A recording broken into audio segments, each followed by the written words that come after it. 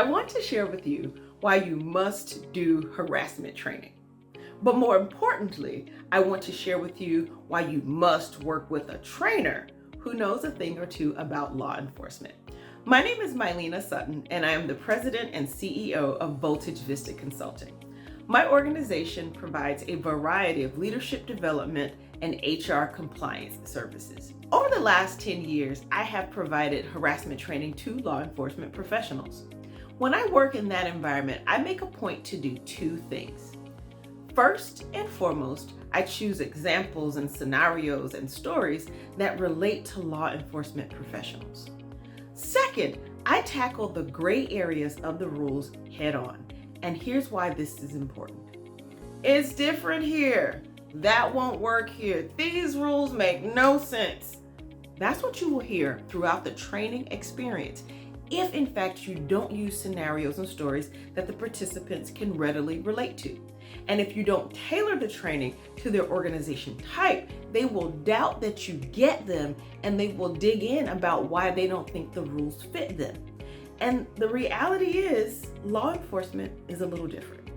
Considering this, over the last 10 years, as I provided harassment training in a jail, even I can see why some of them might think that the rules don't quite fit. A good trainer knows that it's important to be honest about this part, because some participants will dismiss both the legitimacy and the applicability of the rules. The trainer's job, however, is to make sure that they get the rules. And using examples that are specific to the environment goes a long way. The second step that a trainer must take is to explain the gray areas of the harassment rules. Participants hate the gray areas, and it's because it makes them feel more vulnerable. Unfortunately, no one can fix this. There's no such thing as a list that says these things are always right and these other things are always wrong. I can't fix that, but what I can do is make sure they understand where the gray areas are and what makes those things gray. When a trainer makes a point to use relatable scenarios and address those gray areas, it gives employees clear guidelines to address their behavior.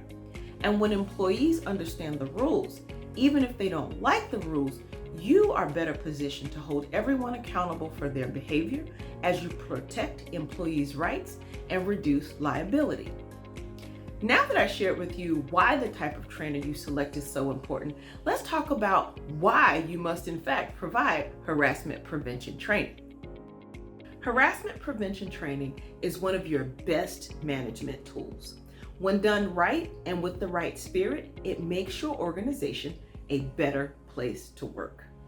When leaders embrace the spirit of anti-harassment laws, rather than simply providing mandatory check-the-box training, leaders make a statement about the atmosphere and culture that they want. Your approach to anti-harassment training is also the foundation for professional behavior in your organization.